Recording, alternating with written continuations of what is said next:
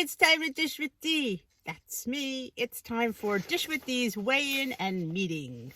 WWE meeting information. Well, I got on the scale. I had a gain this week. I haven't had a gain in quite a while. I would say maybe 6 weeks. Could be. Yeah. I gained 3.8. Yes, you heard me right. 3.8 pounds since last Saturday. Yeah. Now, I could have taken a pass and put the same weight in. But, it is what it is. I did expect a gain. Did I expect a 3.8 gain? Oh, heck no.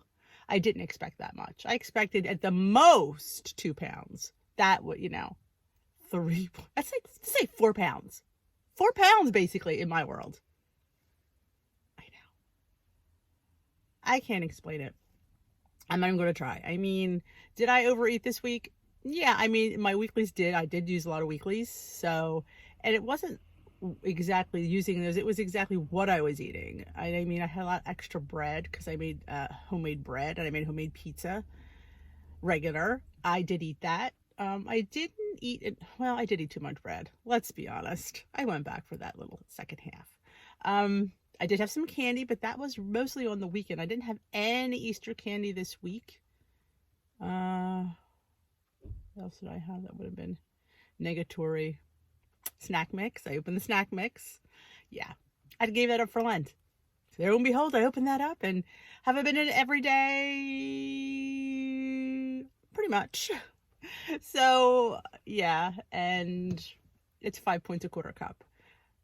And I probably eat more than a quarter cup. And these stinking granola bites I found when I was cleaning out the pantry. They're 5 points for 11. So, yeah. I gave them to my son. I said, you need to finish these because they're dark chocolate. They're awesome. They're really good. And on the whole, they're pretty good for you. And the points aren't terrible. But on top of the snack mix and the bread. I mean, I'm guessing that's what it is. Of course, Mother Nature. It wasn't good to me on the number 2. I have a problem with that. If you've watched me or come to my lives, I have issues. So yeah, I did have issues this week. So out of 7 days, I think I went twice, maybe 3 times, which I know it's TMI, but I'm just giving it all out there. So yeah, that I'm sure has a lot to do with it. But let's get to the meeting du jour, shall we? Because I could talk about my weight forever. All right, it is the what you can and can't control. Well, I can control a lot of what I did this week, so many of us might feel a general lack of control these days. Like we're out of the driver's seat as I sit in the driver's seat and just along for the ride. Usually the more in control we feel over what's happening in our lives, the more motivated and happier and less stressed we are. At a time when we're all reaching to take back the steering wheel, it is helpful to shift our focus and actions to what we can control and influence. List what you can and can't control. Use that information to help you get back in the driver's seat. You know what?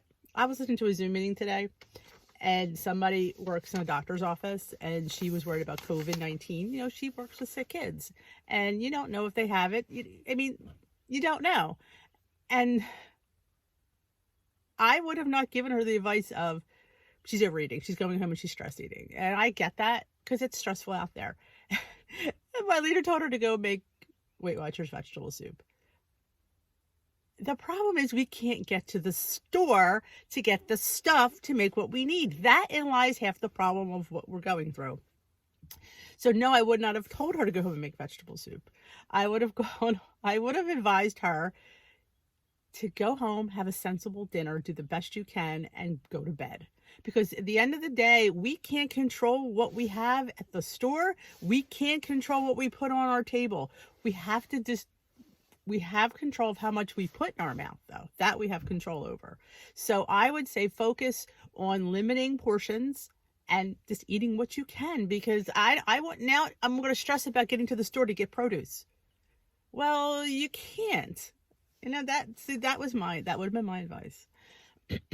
What you can't control or influence: government decisions, what's left in the grocery store, The list goes on and on. The more time we spend focusing on those things, the more likely you are to be stressed. Once you've accepted what you're out of control, you can actually feel more in control. Exactly. Look with what you got at the grocery store. How could you get that and make it a decent light meal? My big thing is, which for me was huge, it's portion control. I ate way too much on my plate. So yeah, had I had decent portions throughout my life, I probably wouldn't have been where I was. So yeah, I mean, yeah, can you have rice? You sure can have rice. But a cup of rice is what, 5 or 6 points? That's all you have. You don't have to have a plate full. What you can influence. Sure, you can't fix what's on the news these days. We wish we could. Or how constant it is. But you can change how you're responding to it. Try hitting the off button and dedicating one time each day for the news check-in. Oh, absolutely. I only watch the news 11 o'clock. Half the time I'm half listening because I have one ear on my movie and one ear on the news. Yeah, I stopped watching it all day because it's crazy. And it's funny because when you watch your local news and then you watch David Muir and he comes on, he's just like, I mean, local news guy's pretty upbeat, yada, yada, yada. And then David Muir comes on, Americans had their worst day. 5,000 die. And I'm not saying it's not bad because it's bad. But I can't keep focusing on the negative. How many people didn't die? How many people have recovered? I wanted him to start off with that. We had, 4,800 people recover today. 48 people. 1,300 went home from the hospital today in America because they have survived. That's how I like you to start off the news. Don't always start off on the negative side because that just starts you off negative and you're just going to keep being negative. What you can control. Focusing your attention here is powerful. Zone in on what is in front of you and present at the moment instead of worrying about what may or may not happen in the future. One way to do that is to try something you've always wanted to do but haven't had the time for. Learning a new language, cooking from scratch, try new recipes. I know y'all have cookbooks because I know I have 15,000. Yeah, go in and get a cookbook. Pick a recipe out. Go on Pinterest. Pick a recipe out. Go watch Dish with D. Pick a recipe out. I mean, go find a new YouTuber to watch. A new WW YouTuber. If you need a suggestion, let me know. And I will definitely suggest ones that I watch. If you need a movie, well, I've showed you my movie binge on my Netflix. I'm going to put another binge list out. If you're not a part of my Facebook group, Dish with D's Waste Washing Warriors, please do. I post there every day. And it's a nice little forum, so I have a link in the description box. I highly recommend that you join. I post fun stuff there. We can connect on there, and it's more of a private forum, and we could ask questions, and you could share. People share their food. It's a lot of fun. So definitely find groups. I always recommend that. Focus on a group. I am not a fan of the Zoom forum. I'm not a fan at all. I just don't think it gives me. I left there this morning not feeling inspired. I left there feeling depressed. And that's not how you should leave a meeting. You should feel uplifted. You should feel empowered. And you should feel like motivated. And I didn't feel any of those. And it's not anybody's fault. It's just the forum doesn't work. And it's just, you need to turn the tide in the meeting. Again, it has to be about being positive and what you can control. And you can control what's going down your throat. I mean, you can't control what you're cooking because you only have limited supplies, but you can make the lightest meal you can with what you have and have a portion of that. Weigh, measure, and do the best you can. And if it happens to be a big portion meal, point it and move on. I'm going to forgive you because, these are people, and I'm going to put this out there. In my mind, I think to myself, I'm not stressing too much over what I'm eating because what if I get sick? What if I get sick? I think about that all the time. What if I get sick? Because it's a high possibility that we're all going to get sick. I mean, I'm not going to sit there and lie and say, oh, none of us. You don't know. You don't know, how you're picking it up or what. So there is a possibility, yeah, I could get sick. And I live with that. So I'm not going to over stress about what I'm eating. I'm doing of course, a 3.8 gain is not something I wanted to have this week, but you know what? It is what it is, and I'm moving on. I hope to have a loss next week.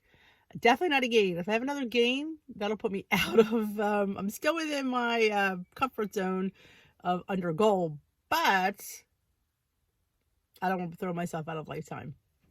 So that's in my head. So I will definitely be much better behaved this week. I hopefully won't be breaking much bread.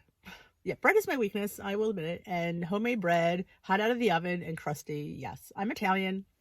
Didn't already know that? Yeah, it's all about the bread. So with that, let me know how you did this week. And if you have any comments about this video, please leave them in the comment section below. And if you enjoyed this video, give it a thumbs up. And if you haven't already subscribed, please consider subscribing to Dish with D. And remember, Tea with D every night, 7 o'clock here on the channel. Please come. We're gonna start a revolution, by the way.